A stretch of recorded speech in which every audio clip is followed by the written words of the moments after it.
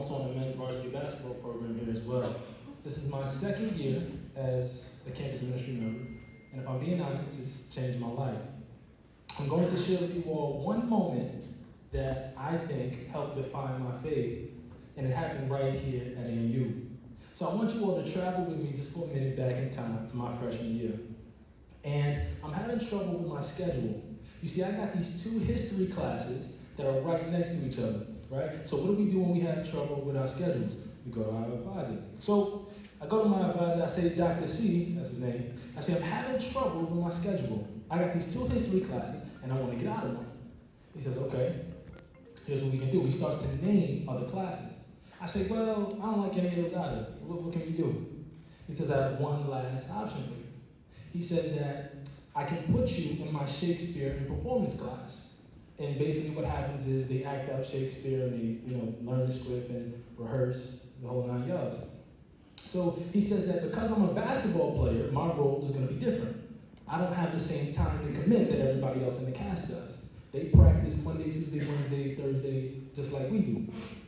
Cool. So I tell him, okay. And because of this agreement, my mindset coming in was to just get an easy A. I'm not here to make friends or become part of the truth. I just need to get in and get out. That's it. Little did I know that once you become part of that class, you become part of the family. So because of this, I sat in the very back of the theater. Like if you guys are the stage, I'm all the way back there. Like I don't want no parts of this. So somewhere during my time in this program, I meet a young man by the name of Simon Tan. And Simon Tan is like a ball of energy. One of Simon Tan is equivalent to 3 of me, but only if I'm souped up on caffeine and energy drinks. And that's just who he is. That's his natural demeanor. Let me tell you how special Simon is. So I would be in the back in my seat, and when Simon wasn't on stage, he would run over to me in between his scene, and he'd say, Branden, how you doing? I'm so glad you're here. Thanks for coming. I hope you enjoy the show. And I would go, okay. I say, Simon, it's nice to meet you too. So like I said, I'm really just trying to come in and come out. I don't want to really engage in the whole friendship thing. I just need A. So what happens? Okay, the next rehearsal, what does Simon do when he has a moment of time? He comes over, hey, Branden, how you doing? Thanks for being here. I hope you enjoy the show. Okay, Simon, thank you. So, same thing. So, finally, after enough run-ins with Simon 10, I break. Those protective barriers that I put up to not connect, they fell down. And Simon comes over to me one more time the next week, and he says, hey, Branden, how you doing? Thanks for being here. It means a lot. I hope you enjoy the show. And I say, Simon, hey man, thanks for having me. It's a privilege to watch you all work. It was in that moment that I realized Simon Tan taught me just a little piece of what it meant to love. Last year we had a commencement speaker by the name of Father Mike Schmitz, and he said that sometimes love is just showing up. You don't need to do anything out of the ordinary. You is enough. What you all will realize as this year goes on is that Simon Tan, like many others, they show up for each other. They show up for me. And so I want to leave you all with 3 points, and then we're done. Point number 1, treat people well. Treat them with kindness. You see, people will forget the stories you tell them.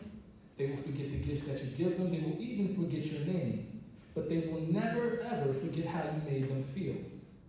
I'm going to be 1,000% transparent with all of you. I don't know a thing about Shakespeare. Not one. But let me tell you what happened. Year 1 I had such a great time. Guess what I did? I came back year 2. Year 2 was better than year 1, so guess what I did? I came back year 3. And it's not because I'm in love with William Shakespeare and all of his work.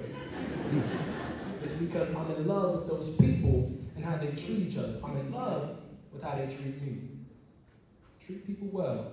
Treat them with kindness. Point number 2, have good days.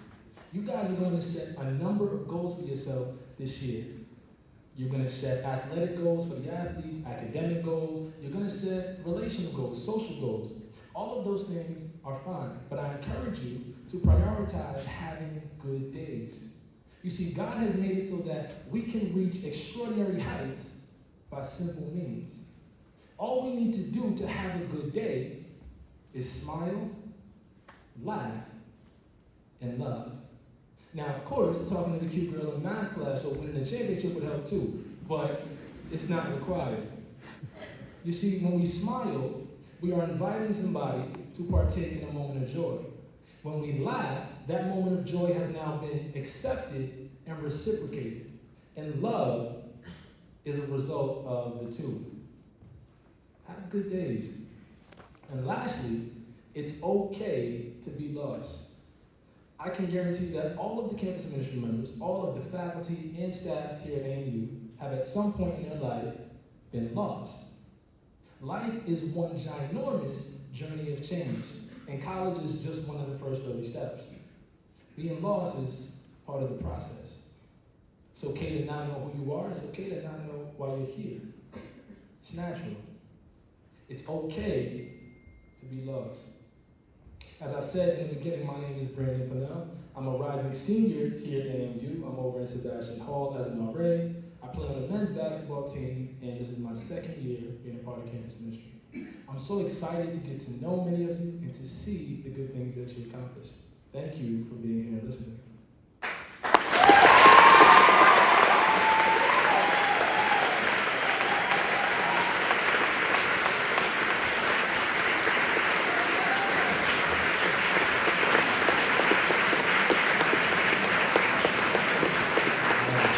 There's one more favor I need from you guys. Everybody, this is James. Let's give James a round of applause real quick.